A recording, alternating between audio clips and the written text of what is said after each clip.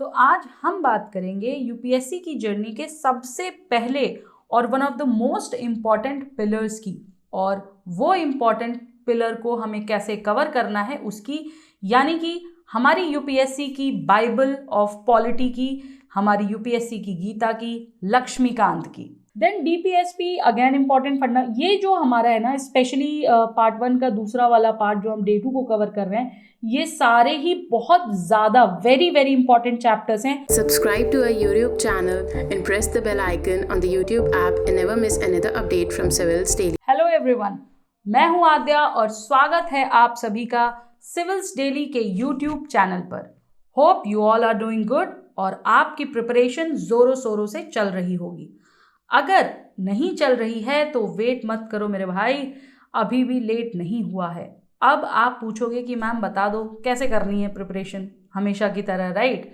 तो आज हम बात करेंगे यूपीएससी की जर्नी के सबसे पहले और one of the most important pillars की, और वो इम्पॉर्टेंट पिलर को हमें कैसे कवर करना है उसकी, यानी कि हमारी यूपीएससी की बाइबल ऑफ पॉलिटी की, हमारी यूपीएससी की गीता की, लक्ष्मीकांत की, राइट?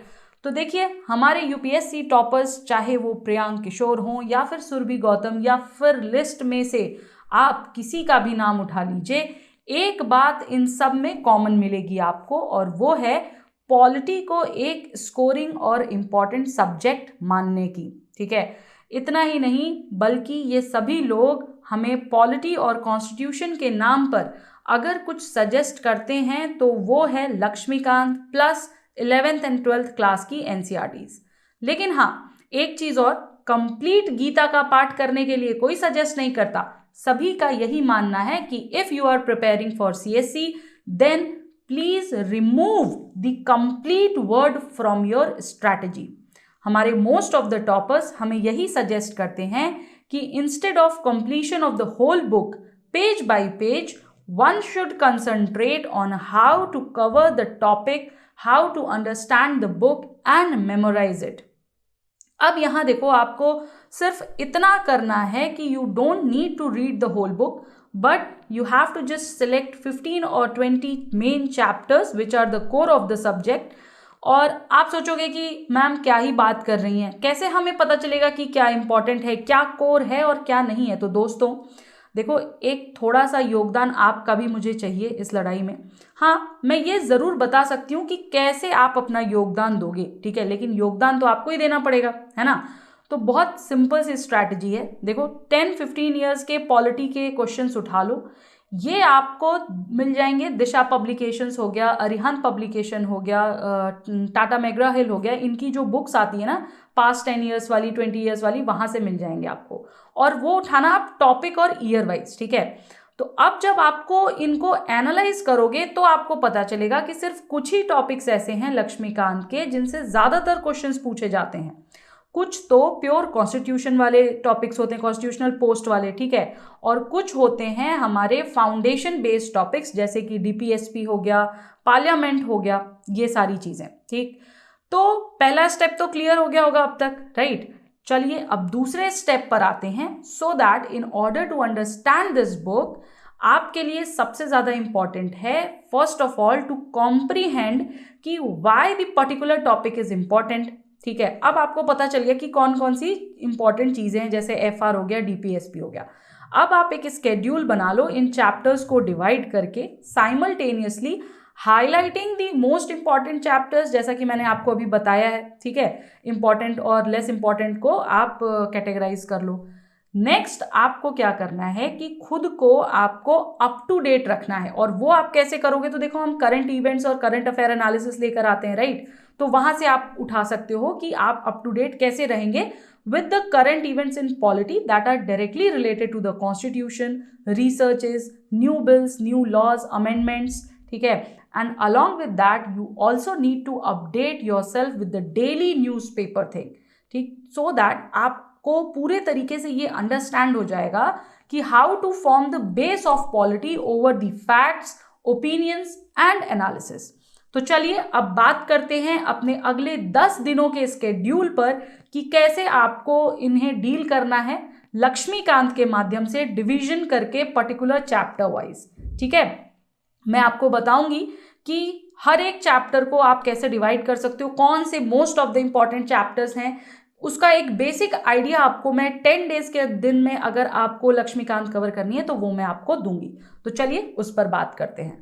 तो जो हमारा स्केड्यूल है पूरा लक्ष्मीकांत का, उसको मैंने लगभग 10 दिनों के अंदर जो है पूरे स्केड्यूल को डिवाइड किया है। चलिए देखते हैं, समझते हैं। जो हमारा सबसे पहला दिन है उस दिन आपको कवर करना है बेसिकली हमारा पार्ट 1, ठीक है, कॉन्स्टिट्यूशनल फ्रेमवर्क।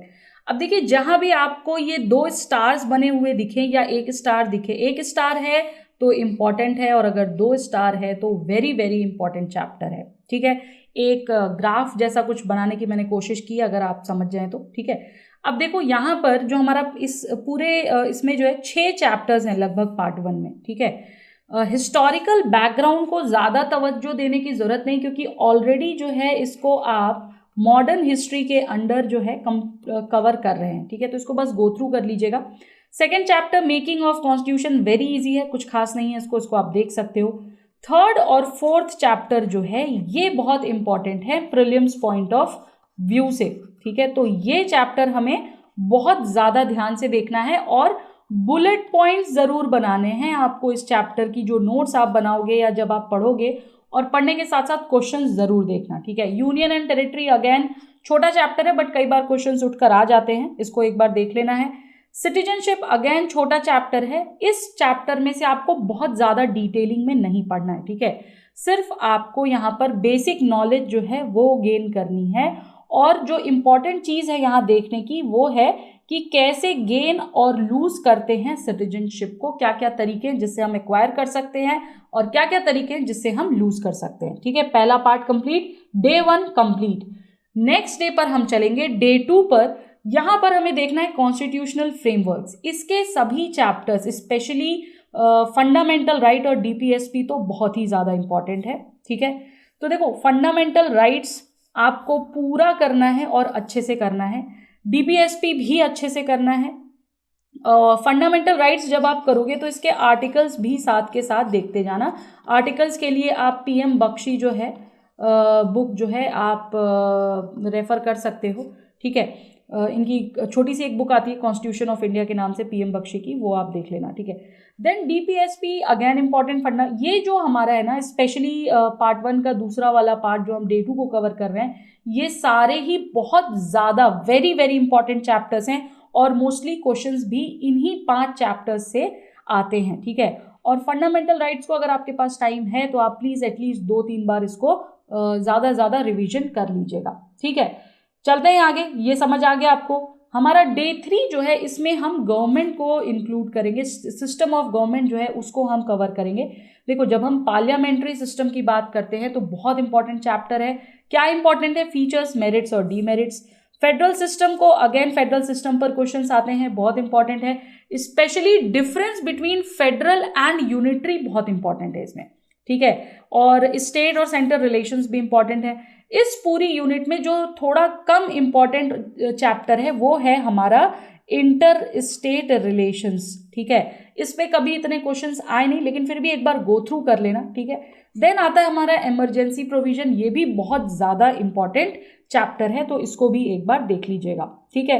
डे 4 आपको कवर करना है, सॉरी डे 4, 5, 6 कॉम्प्रिहेंसिवली आपको कुछ टॉपिक्स कवर करने हैं, उसकी हम चर्चा करेंगे यहाँ पर, ठीक है। सेंट्रल गवर्नमेंट का पार्ट है ये। यहाँ पर देखो आपको क्या करना है, जब भी आप सेंट्रल गवर्नमेंट का कोई चीज़ उठा के कवर करते हो, ठीक है, तो इसके साथ ही जो आपका स्टेट गवर्नमेंट में पार्ट आता है वो भी कर लो। जैसे यहाँ प्रेसिडेंट है तो आप इसके साथ साथ गवर्नर देख लो, ठीक है। वाइस प्रेसिडेंट को एक हल्की सी रीडिंग दे देना, कभी इतना कुछ खास आता नहीं है वाइस प्रेसिडेंट से, क्योंकि, ठीक है। प्राइम मिनिस्टर अच्छे से करना है आपको, प्राइम मिनिस्टर और इसके साथ साथ जो COM बेसिकली आपके अभी आएंगे, ठीक है। जब आप प्राइम मिनिस्टर करोगे तो इसके साथ CM देख लेना, चीफ मिनिस्टर को देख लेना। सेंट्रल काउंसिल ऑफ मिनिस्टर्स जब करोगे तो यहाँ पर स्टेट काउंसिल ऑफ मिनिस्टर्स को बहुत, मतलब मैं आपको बता दूं, बहुत माइनर डिफरेंसेस होते हैं, ठीक है। और वही डिफरेंसेस जो हैं उन्हीं डिफरेंसेस से बेसिकली हमसे क्वेश्चंस भी पूछे जाते हैं, ठीक है। तो इसको थोड़ा सा ध्यान से देख लेना। कैबिनेट कमिटीज थोड़ी इंपॉर्टेंट होती हैं, इसको देखना है आपको। पार्लियामेंट थोड़ा ज़्यादा इंपॉर्टेंट है, इसमें ऑर्गेनाइजेशन हो गया, कंपोजिशन ऑफ राज्यसभा लोकसभा हो गया, सेशंस हो गए, बिल हो गया कि बिल कैसे लॉ बनता है, और क्या जो है डिफरेंसेस हैं लोकसभा की पावर्स में और राज्यसभा की पावर्स में, ये देखना है। ठीक है, इसके बाद हमारे ये 3 चैप्टर्स आते हैं basically, parliamentary committees, parliamentary forum और पार्लियामेंट्री ग्रुप्स। ठीक है, ये सारे ही जो है ये पार्ट हैं वर्किंग ऑफ पार्लियामेंट फिनोमेना से, तो इनको एक बार रिवाइज कर लीजिएगा। ठीक, देन है हमारा सुप्रीम कोर्ट। सुप्रीम कोर्ट के जब भी आप कवर करेंगे सुप्रीम कोर्ट को, तो यहीं पर साथ में आपको कवर करना है हाई कोर्ट को भी। ठीक है, जो आपके पावर्स हैं, बस ये देख लो कि क्या डिफरेंस है हाई कोर्ट में, और इनके आर्टिकल्स भी आपको साथ साथ देखते हुए चलना है। ठीक है, जुडिशियल रिव्यू, जुडिशियल एक्टिविज्म और PIL पब्लिक इंटरेस्ट लिटिगेशन, बस रीड थ्रू कर लेना, बहुत ज़्यादा समझने की और बहुत ज़्यादा डीप जाने की जरूरत नहीं, लेकिन हाँ एक बेसिक आइडिया होना चाहिए आपको यहाँ पर भी।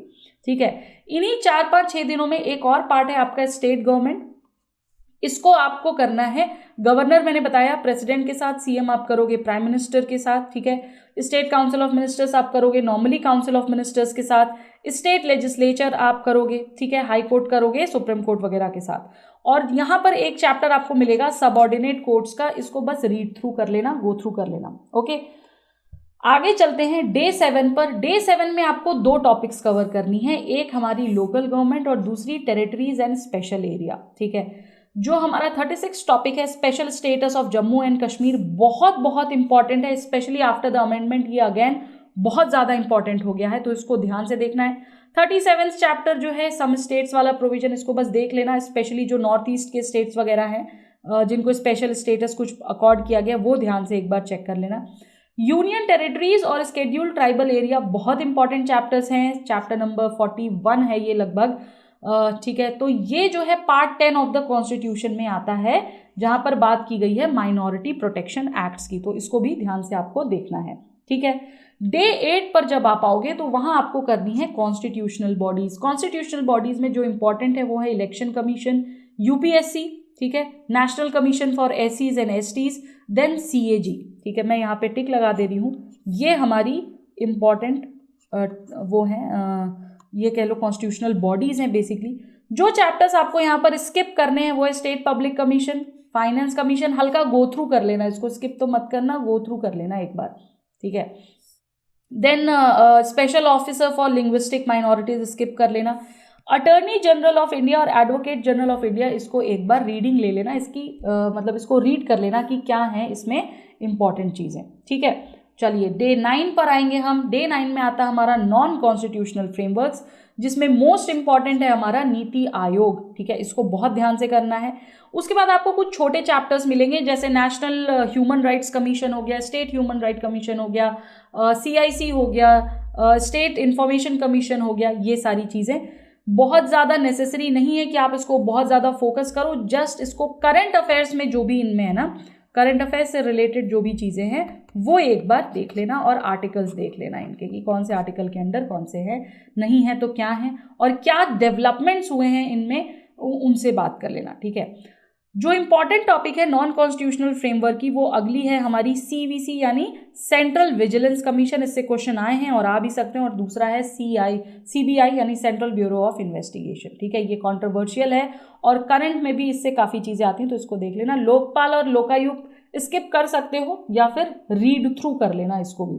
ठीक है, बस ऊपर ऊपर से इसको हल्का सा हमें रीड कर लेना है। ओके, 10वें दिन पर जब आप आएंगे तो इस दिन आपको कवर करना है अदर कॉन्स्टिट्यूशनल डायमेंशंस, जिसमें है चैप्टर आपके जैसे कि कोऑपरेटिव सोसाइटीज़ हो गई, ऑफिशियल लैंग्वेज हो गया, पब्लिक सर्विसेज हो गए, ट्रिब्यूनल्स हो गए, rights and liabilities of government हो गई। ठीक है, ये सारे जो भी चैप्टर्स हैं आपके, ठीक है, इनको, ये सारे छोटे चैप्टर्स हैं, तो इनको बस आपको गो थ्रू करना है, और गो थ्रू के साथ जो इनका जो इम्पोर्टेंट है वो है हमारा करंट अफेयर्स। ठीक है, करंट अफेयर्स में इनसे रिलेटेड क्या डेवलपमेंट हुई है वो देखना है, बहुत ज़्यादा डिटेल में अंदर घुस के इन टॉपिक्स को देखने की ज़रूरत नहीं है डे 9 में। ठीक है, डे 10 में जब आप आओगे तो वहाँ करना है आपको पॉलिटिकल डायनामिक्स। पॉलिटिकल डायनामिक्स में 2 इंपॉर्टेंट चैप्टर आते हैं, एक है आपका पॉलिटिकल पार्टीज और दूसरा है इलेक्शंस। ये आपको करना ही करना है।